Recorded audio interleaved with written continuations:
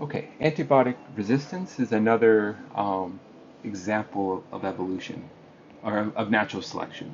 Okay, so what happens here is you have bacteria, right? And bacteria reproduce like crazy. Okay, and they just, as you know, they reproduce by something called binary fission. So it's nothing. It's just they make a copy of themselves. Okay, there's no sexual reproduction involved here. There's no mixing of things. They just make copies. Okay? But this happens really quick. And what can happen is you can get mutations. Okay? And some of those mutations lead to antibiotic resistance. So in this case, the purple here have a resistance to antibiotics. So when they're exposed to antibiotics, like they will not die. Okay? But with that tends to come a little bit of a trade-off. Okay?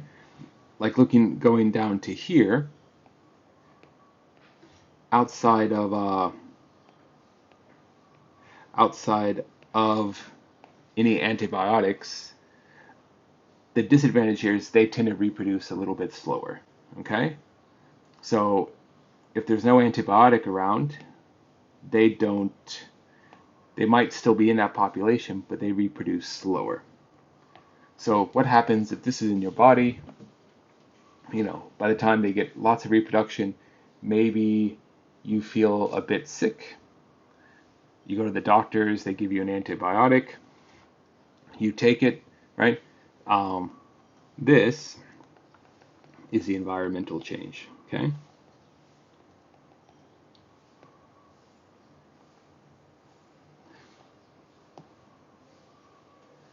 So this is the environmental change, okay? Right? Having these different types is a variation. There's an overproduction of offspring, and as this one divides, inheritance takes over, right? There's inheritance. That mutation is passed on. So you start to feel sick, you start to take an antibiotic, and what happens is the environmental change is the antibiotic, right?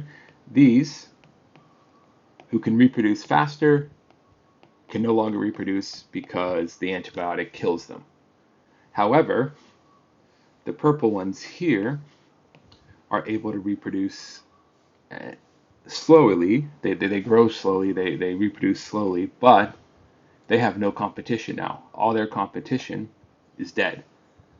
Um, but again, maybe not all of it, maybe one or two survive, but the sheer numbers here causes more of the antibiotic resistant bacteria to be able to reproduce, while the ones that don't have the resistance might still be able to reproduce. Maybe the antibiotic doesn't get to them wherever they're at, but the more antibiotic resistant bacteria that are present now, right? So what this means is your antibiotic doesn't work, right? So you take it, but you don't feel better.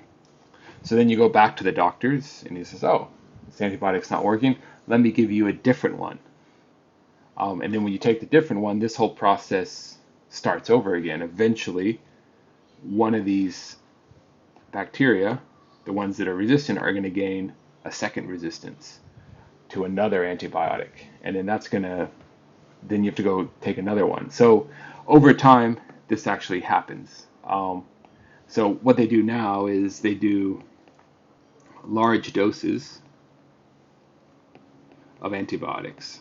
Okay, so when I was a kid, which was a while ago, I won't say a long time ago, a while ago, we took antibiotics for 7 days, 3 times a day, but the dosage was low. A larger dose kills them quicker, before these mutations can get in. So that's kind of the idea behind that. But this is a perfect example of natural selection, right? There's a struggle for resistance, or sorry, resistance. There's a struggle for existence. Not all of these will survive. There's an overproduction of offspring, especially bacteria just reproduce like crazy. There, there is variation right here with the random mutations. Um, and then some individuals are better adapted. So when the antibiotic comes onto the scene here, the purple are better adapted. They can survive to reproduce and pass on that trait. So what happens here then, right? The allele frequency shifts in the antibiotic resistant favor, okay? So again, key ideas here, don't forget the environmental change here, and that environmental change is the antibiotic you take, okay? And then the result is selection, right? So the X is here, this is the selection, right? They are being selected against, and the resistant ones are being selected for. Okay, so hopefully that helps explain antibiotic resistance a bit better.